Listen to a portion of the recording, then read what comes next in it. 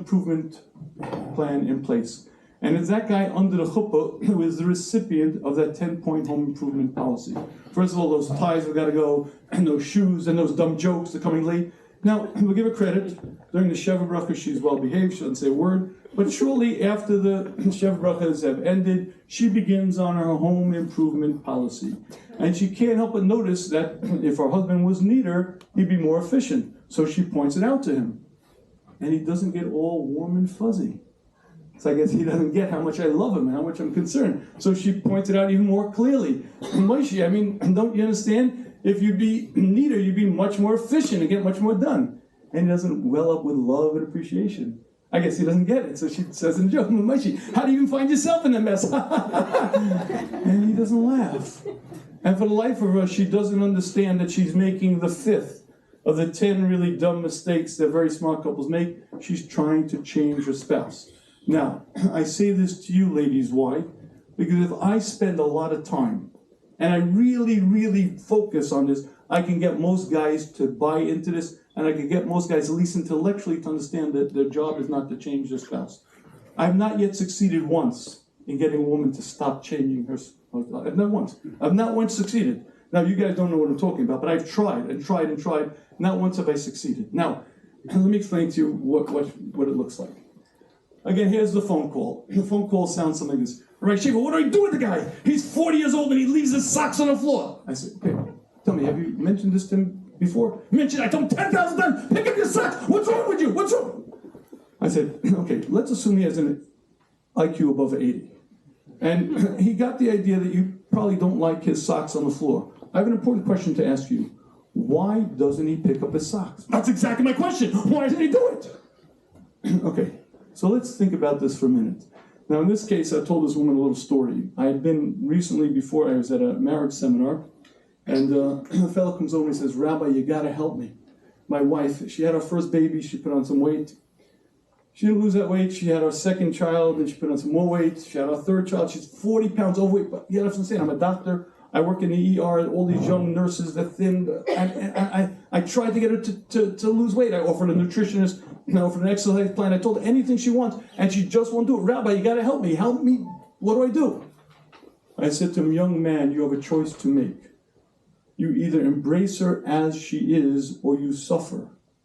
I said to him, I've not yet met a woman who's 40 pounds overweight, looks in the mirror and says, oh, geschmack, 40 pounds heavier than when I got married. That's just what I always wanted to be. Right? So why doesn't she just lose the weight? You offered a nutritionist, you offered an exercise plan, and why doesn't she just do it? And the answer is because right now there's a lot on her plate. 3 kids might have a lot to do with it, but for whatever reason, right now it's not going to happen. And you either accept her as she is, embrace her as she is, or suffer. And what I said to this woman with the socks on the floor is, don't you understand? Is he a nice guy? Yeah. Is he responsible? Yeah. So why doesn't he pick up his socks? Why doesn't he do it? He's passive aggressive. No. He doesn't love me? No, it's not true. Why doesn't he do it? You know why? Because he's like the rest of us. He has many strengths and he also has things to work on. And like all of us, he has many, many talents and many, many good qualities, and he also has chesronos. And the minute you're able to understand that is the minute you're able to be happily married. To be able to understand that my spouse is the way they are because that's the way God made them. And that's the way they is because that's the way they is. Now, I have spoken about this time after time after time. If you go to the shmuz.com, you'll see hundreds of shmuzim, many, many series on all kinds of topics. Happens to be for the past little while now, maybe 2 years or so, I'm focused dramatically on marriage because there's so much trouble. In any case, I was speaking in Chicago to a group of women there, and after I was finished, one of the women said, Rabbi Shafier, do you remember you were here 2 years ago? I said, I do. She said, do you remember what you spoke about? I said, I don't. She said, well, you told that story of the socks on the floor. I said, okay. She said, it changed my marriage. I said, what do you mean? She said, we used to fight all the time. You told me that story and it changed my marriage. I said, explain to us, please. What do you mean? She said, well, in my case, my husband would come home Sunday night, take his jacket off and leave it on the dining room chair. Monday night, he'd be wearing a different suit and take that jacket off, leave it on the dining room chair next to it. Tuesday night, the next chair, Wednesday night, by Thursday night, his entire wardrobe was in the dining room. I said, what used to happen? I used to scream, I used to yell. Okay, what happens now? Now what happens is Sunday night he puts his jacket on the chair, I take it upstairs. Monday night he puts it on the chair, I take it upstairs. How's your shalom bayis now? It's great. I asked the women in that class to stand up and clap, to cheer, because this woman got it right. Now, what am I saying? Why doesn't he just pick his socks off the floor? Why doesn't he just bring his jacket upstairs? Why? Anyone know the answer to this very, very difficult query? What is the answer to this? Habit. Huh? Habit. Because he's a human being. And guess what? He has strengths and he has weaknesses, much like you do. And ladies and gentlemen, here is the single most important Musar exercise you could ever engage in. If you're having difficulty in your marriage, if you have complaints about your husband or your wife, I have a Musar exercise that will solve many of them. Are you ready? You ready? Go yes if you're ready, go no if you're not ready. Are you? Yes? Yes? Here we go. You may be sorry you said yes so quickly, because this is not an easy one. Here we go. If you're having difficulty with your spouse's behavior or habits or whatever it is, listen to me very carefully. Listen to this Musar exercise. You go over to a mirror. You look at the two eyes staring back at the mirror, and you say the words, I am a difficult person to live with. I am a difficult person to live with. I am a difficult person to live with. Now, do I mean you're obnoxious? Do I mean you're mistreating? You're a difficult person to live with because Hashem made us imperfect. We're put into this planet to grow, to accomplish, to change the essence of me. If you were perfect, you'd be done your job here, and it'd be safe from the shalom time to go home. Let's hope you still have work to do. But you see, when you look in the mirror and you say the words, I am a difficult person to live with, and you recognize that we all have stuff. We all have idiosyncrasies, quirks. We all have strengths and weaknesses. And when you recognize that I got stuff, it makes it a whole lot easier for you to accept your spouse. Really dumb mistake number one is not working on love in the marriage. Really dumb mistake number two is not working on the respect. Really dumb mistake number three is not understanding that my experience is the way I experience things, but my spouse may have a different experience. She may like a coffee with skim milk or heavy milk or whatever it may be, but because I feel this way doesn't mean my spouse feels that way. Really dumb mistake number four is not understanding that communication means something different to women than it does to men. And really dumb mistake number five is trying to change your spouse. Now, we're all going to go home and do what? Change our spouse. I know it. I know it's going to happen. I know it's going to. The guys, maybe. I have a shot. Maybe. Maybe you read the book and you'll see the online seminar and hear me say 50 times maybe. I know for a fact you're still going to change. How do I know this for a fact, by the way? I did a 5-part marriage seminar in Brooklyn. And I went on my rant. Don't change your husband. Don't do it. The socks on the floor. The embrace your spouse. I did the whole routine. Now, because it was a very large group, we dealt with the questions afterwards. People would write the questions on a card, and they bring the questions up to me. Someone went to the women's section first, and after my 40-minute rant about not changing your spouse, the first question I get from the women's section is, well, what if I try to change him by being very sweet? I say, no, don't do it. All it does is it wrecks the relationship. It won't connect you at all. He's not going to change, and it's just going to make it very difficult for you to be happy. Don't do it. Okay, the next question I get is, what if I try to change him with a sense of humor? I said, no, don't do it. It's not going to work. It's not going to change him. It's going to wreck the relationship. You're going to distance yourself. Okay, okay. And the third question I get is, what if I try to change him with consequences? Oh, that's a clever idea. Moshe, you pick your socks off the floor, you're not getting lunch tomorrow. Let's see how that one works out for you. Yeah. Okay, I made my point. I made my point again and again and again. Now, maybe I'm not the most clever guy in the world, but in any case, the seminar was in Brooklyn. I live in Muncie. It's an hour-and-a-half drive. That was enough time for the emails to come in, and I made that dumb mistake of opening my emails as soon as I got home. The very first email, Rabbi Shafier. If I don't change by being nice, or if I have a sense of humor or consequences, how am I going to change him? I'm not kidding. I can show you the emails. The next one was the kicker. Rabbi Shafier. After all the time you spent on the subject, maybe it's not that we don't understand what you're saying. Maybe it's that we don't agree. Oh. And it's true. She's going to change him if it kills him, her, and the marriage, which it will, but it will never work. So ladies and gentlemen, if you leave tonight with one concept, it's to understand that you are a human being with many strengths and some weaknesses, and guess what? You also married a human being with many strengths and many weaknesses. And if you try to change him, you know what's going to happen? It ain't going to work, but it sure is going to make it difficult for you guys to be happily married. I have a theory, by the way. And again, ladies, you'll forgive me. Again, I bash both sides of the chitza, so it's not that I'm beating up the ladies here. I beat the guys up also, but I have my little theory. My little theory, most marriages go through this kind of like, first 20 years, and then suddenly gets much better. You'd like to know why I believe that's true? For the first 20 years, she tries doggedly to change her this way and that way, and finally she gives up. He's a stubborn ass. And finally, after 20 years, he starts acting different. He's so much more pleasant to be with. He's so much more nice. He wants to take me out. He wants to spend time with me. So you have a choice. You can wait the 20 years, or you can learn the lesson now. It never works. It's not that you see. Do you know why it doesn't work? Anyone chop why it doesn't work? Anyone understand why it doesn't work? I'll tell you why it doesn't work. Because it's always my strength and my spouse's weakness that bothers me the most. It's invariably going to be that area that's my strength, and it's going to be my spouse's weakness that's going to flare up and bother me all the time, and I can't help but point it out. I can't help but notice it. It's so obvious, it's so clear. And you excuse me for saying it this way, we become experts at what our spouse does wrong. It never changes the spouse, but it does wreck the relationship. If you would like to be happily married, and it's not just for the guys, ladies as well, if you'd like to be happily married, you have to remember the rules. Number one, you have to work on the love, because that's the glue of the marriage. You have to work on the respect, because without respect, the marriage will never succeed. You have to learn that the way I experience things is the way I experience things. But my spouse is a whole different world. When she's up there on the chair, why is she up there? Why is she so crazy? What's her problem? You know what her problem is? She's experiencing fear, but she shouldn't. I wouldn't experience fear. Bugs don't scare me. They shouldn't scare her. Maybe. But because you experience things one way, it doesn't mean your spouse shares that experience. And really dumb mistake number 4 is not understanding that communication means something different to men than it does to women. And really dumb mistake number 5 is what? I forgot what it was already. I forgot. What was mistake number 5? The one I forgot. What was it again? Oh, don't change. What? Oh, yeah, don't change your spouse. We're going to forget that one real quickly. Don't worry about it. It's not going to last.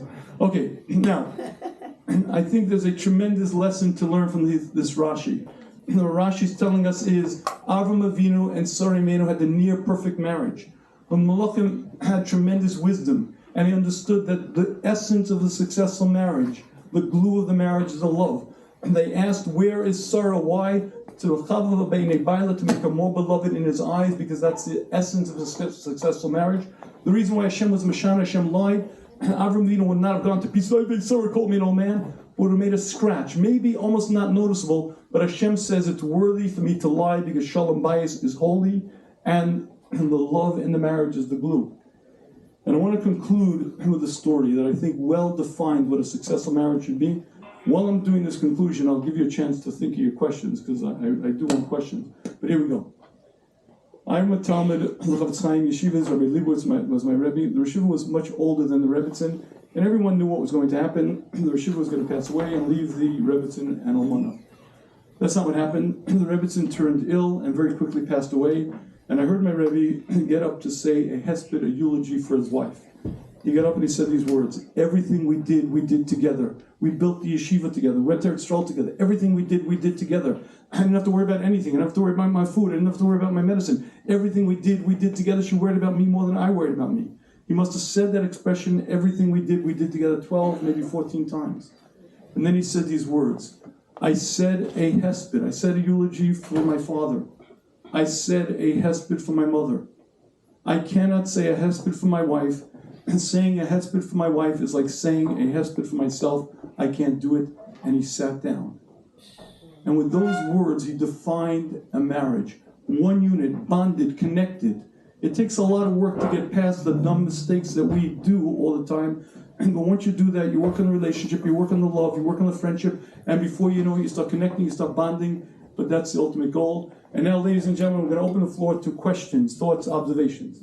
Questions. Ladies, gentlemen, on either side, we'll take questions. Yes? So what were the things that people thought before marriage were very important, and then after marriage weren't so important? So whatever your list is, I guarantee, whatever is on your list, after you're married, you're going to say, wow, I thought that was nothing. But you're going to find a lot of things that are... Just go to any married friend and ask them, what did they think was really... See, each individual is different. And each, we all have our stuff. I need someone with a sense of humor. I need someone outgoing. I need someone introvert. whatever you think is really important, I guarantee isn't. And there are going to be 6, 7, 8 other things that you're going to find out afterwards that are way more important. But by the way, there's a very important book that I have to recommend. Not this book. Finding and Keeping Your Soulmate is another Shmooze book that's very, very important. Finding and Keeping Your Soulmate. You go to Amazon or go to shmooze.com. You'll find some of the laundry list on that. Okay. Thoughts, questions, observations? Yeah. We talk about change. I'm not talking about yes, no, right, wrong. But isn't like respect and trust and change maybe interconnected? Like if a person or a spouse really respected and trusted their spouse, they would say, if it bothers my wife so much, I will maybe not pick up all the socks, but sometimes we'll clean up after myself. Yes. Because I respect my wife, I consider her feelings, and then maybe the wife could say, my husband is like me having dishes left over the sink the next day. I'll respect my husband's wishes, and he doesn't like the dishes overnight. So, I'm not saying all the time on a constant thing, but if you respect and trust and empathize with the other person, if you want to do that to make the relationship. 100%. Gentlemen, don't get me wrong. If you leave your socks on the floor, be a mensch, pick it up. Ladies, if you keep jabbering and nagging, stop doing it. Don't do it. Okay, I get it. We all have to work on stuff. But when you've told your spouse 10,444 times to stop doing it, and they still do it, it's at that point when you say, aha, something's going on here. What's going on? He doesn't love me. That's why if he loved me, he would be different. No, he loves you. But he's passive-aggressive. No, he's not passive-aggressive. Why does, by the way, ladies and gentlemen, I mentioned this to somebody this evening already. I come late to davening. Now, for the record, I love davening. I work on davening, and I beat myself up when I come late. And my wife one time tried this trick on me. She said, maybe if you close the Gemara now, you'll be on time to the minyan.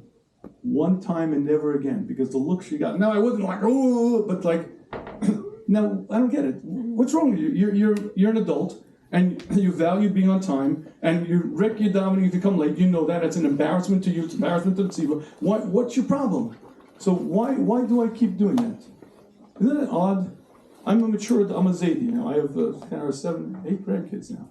Why can't I just get my act together? Isn't that strange? So I'll share with you, ladies and gentlemen, I'll share with you something. I hate to admit this publicly. I am guilty. I'm guilty of being a human being. Human.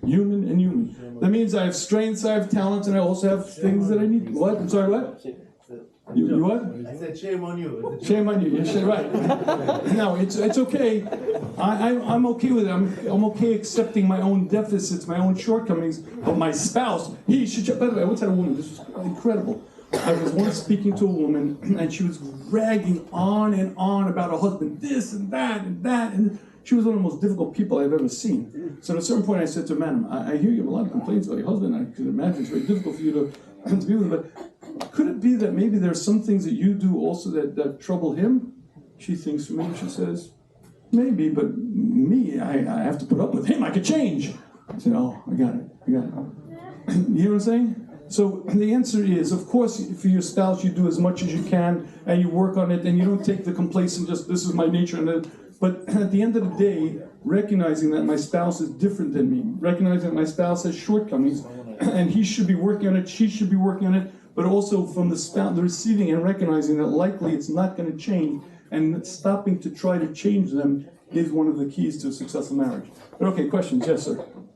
Why can't women just understand that life as a man is gruesome and it's hard? All we want is to come home to someone smiling and to someone to just be nice to us, right? Because all day we're fighting, and we're going through war, and parnasa is hard to make, right, guys? Right. We needed a hug. Yeah. All we want is just to be respected, a little. Okay, ladies, what's the answer? We are nice to her. I'll make a deal. I have a little deal. I don't know who's married to who here. I don't know who's married, who's single. I have a simple deal. Ladies, you want him to romance you. You want him to take care of you. You want him to be nice to you, sweet, and buy flowers and gifts and really care about you. I'll make you a deal. You stop changing him, and he'll start doing that. Is that for your deal? You single? No. I'm single. You're single, okay.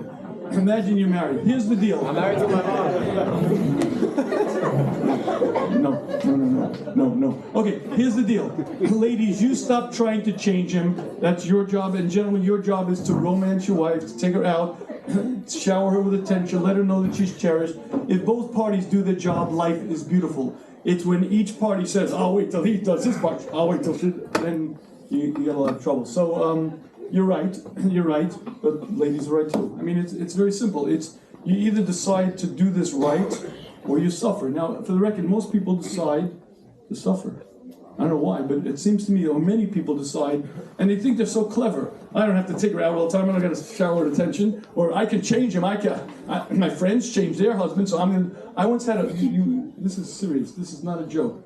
I was once giving a marriage talk, and it was being live telecast by Torah Anytime. And a guy shows me afterwards a text that he's having with his wife who's watching this at home. And the text, I go on my routine about don't change your spouse. And he shows me the text, his spouse says back, but my Rebbitzin said that if you're an Ezer Kenegdo, you have to help your spouse, you have to change him. And if you don't change him, you're not being an Ezer Kenegdo. Okay, first of all, I doubt the Rebbitzin said that, but I did say the following. Tell me, this Rebbitzin, her husband's a divorce lawyer, or a Torah forgetting, or like, what's the deal? Because I've looked, by the way, I've studied. I spent many years in yeshiva, I was a Rebbe for many years. I looked in the Psukim, I looked in the Gemaras, I looked in Rishonim, I never saw anywhere that Ezer Kenegdo means you're his policeman, his mentor, his Rebbitzin, his mother, his mashkichim. I never saw anywhere. Ezer Kenegdo means support. That means a help. That means be a support, be a friend, so don't change him. Don't change him. Thank you. I appreciate it. Thank you. The water would be better. Thank you. Isn't that nice? He gives it's so nice. He brings it. And I don't say thank. I did say thank you. He doesn't need the words of affirmation. The woman does. You're good. Yeah, I accept you. You did. You're okay. You're good. Really, you're very good. You're really, and I appreciate it really from the depth of my heart. Also, one more thing: the man has to be the psychologist and the investor, and all these different. The doctor. Who has to be? The man. Really? The woman can come with all these emotions and dump them on you, and then it's like go figure. Okay, so most women have a PhD in psychology. They're masters at everything about the emotions. And they know, the woman is 9 times smarter. Right? I don't know, 9 times smarter, but I do know that they all know everything there is to know about relationships and everything they know about you, and don't worry about you. And they're gonna. Okay, but we'll talk after you're married. But read the book before you get married, before you meet your friends. Yes, sir. Yeah. So when is it time to ask about the problems, and when is it time to actually go out and have fun? Okay, when is the time to ask about the problems? When is the time to go out and have fun? When is the time to have fun? The time to always have fun. Well, obviously, Connect, bond. When is the time to talk about the problems? Don't. Well, you have to address them. How long you married again? Not about that. Saying it's a question. How long you married? I'm not married. No. But when is it time to talk about problems? Let's say financially or mentally or anything in general. There's certain problems in relationships. So I'll let you know people have to secret. address. Most couples know exactly where the issues are at, and most couples know exactly what bothers him, what bothers her, and it's not. Now, do you have to discuss things? Absolutely. But when you say the problems, you see, we spend so much time trying to change our spouse and improve them and make them better that becomes the whole focus. Meaning if you have an issue, let's say how to deal with this child, or how do we deal with this financial issue, or that's great. Of course you have to talk about that. The problem is what ends up happening is it becomes the background for the attempt to change her to change you, and you have to be very, very. You don't know what I'm talking about. Oh. You do, so you explain it. I'm sorry? Okay, so I have a rule. Problems, more like things that need to be figured out and solved, and like financial. Talk to Hashem. Okay, so I have a rule. See. Okay. So one thing for sure. Listen, if your relationship is good and solid, and your husband knows and trusts you, and knows that you're not trying to change him, not trying to make him different, then you always. I talk to my wife all the time about stuff, the kids, this. What's up? Oh, what's the first thing you have to do? Work on the relationship. But number one, not changing him, and explaining to him. Make sure he reads the book. Make sure he takes you out. Make sure you're connecting, you're bonding. You see, when there's water under the bridge, everyone has their guard up, especially when there's a lot of water under the bridge, and they're expecting the. You know what I'm saying? You probably know what I'm saying. You know what I'm saying? All right. Okay. Well, let's do something fun. Okay. Anyone here under 30? Okay. Good. Very good. I spent a fortune of time writing that book. And I thought it did a great job. I got tremendous accolades. Marriage therapists buy it and give it out, and Rabbanim give it out. And I thought it did a great job. And then I would ask guys, especially under 30, they would tell me, "Oh, Rabbi Shafier, the book is great." I said, "Oh, wow. What page are you up to?" Page 30. How long have you had the book? 3 months. Cool. 3 months, 30 pages. Okay. And one guy said to me, "I'm up to page 12. Now there's a table of introduction. There are scummers. It starts on page 10. Okay, I made the interesting discovery. If you're 30 years or younger, you are illiterate. I got it. You can't read. You can't read. You either physically can't read, or ADHD, whatever. You can't. So I decided that's it. I got it. You can't read. So I decided I'm going to come out with a video book. What does a video book mean? A video book means I took the essence of the book and I made 50 animated videos, and you open it up and it plays. It's a video book. It's literally a book. Watch this. Check this out. One second. Okay, let's get it play. The man.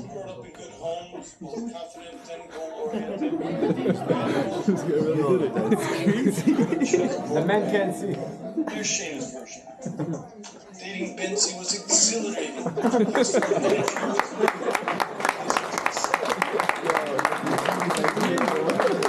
video book for the illiterate, if you're 30 or younger. And the reason I say it is it's not on sale yet. January 15th is the launch. I happen to have a couple of copies here. If anyone's interested, you can pick up a pre-launch copy. It's not free. Unfortunately, even though it's made in China, it's expensive. They're $59 a piece, but it's a pre-launch. They'll be launched in Mitzvah Shem January 15th. I have a few copies. Come over if you're interested. But it really is, it's very entertaining and engaging. And the best part of it is you can watch it with your spouse if you're married, if not, yeah. And you sit down and it's like fun to watch. Watch this. Marriage, his ADHD is driving me crazy. He's always late, he never puts things away, and he's constantly forgetting things. He'd forget the baby at the store if I didn't remind him. Why couldn't he just get it together? Listen to that. Has his own take. When we were going out, I felt like her knight in shining armor. She would get nervous, and I would step in to smooth things over.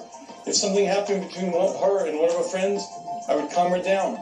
I felt noble and gallant, rescuing the damsel in distress. But now I feel like her anxiety is over the top. Every Erev Shabbos is high drama, and she's the queen. Why can't she just calm down? Shane and Betsy spend the next 20 years trying to change each other, but neither of them are successful. Do you hear the punchline? You get it? Yeah, exactly. So if you're illiterate, meaning you're under 30, please come by here. We'll talk about it. All right, any last questions, thoughts, observations? Yes, ma'am. What's the actual purpose of the marriage? The purpose of marriage is completion of the human being. It is the closest, most harmonious, most beautiful relationship. It's supportive. It's your best friend. By the way, would you like to know one of the great tests of marriage? It was called COVID-19. Now, ladies and gentlemen, my wife and I, we live in a nice home. It's Muncie, so homes are bigger. But we lived in our home, and we basically didn't leave the house for 6 months. And most of the kids, our kids are already mostly married, etc. Can I tell you, it was the nicest experience in the world. You know what it's like to have your best friend with you 24/7? To always be there and always, it was great. It was great. You know what I'm saying to you? It was, now don't make a mistake. It took many, many years to get to that point. But after 35 years or so, being married to your best friend and always being there with her and always sharing, it's great. What's the purpose? It's the completion of a human being. Is what Hashem wants. Certainly it's the idea of bringing the next generation, but it's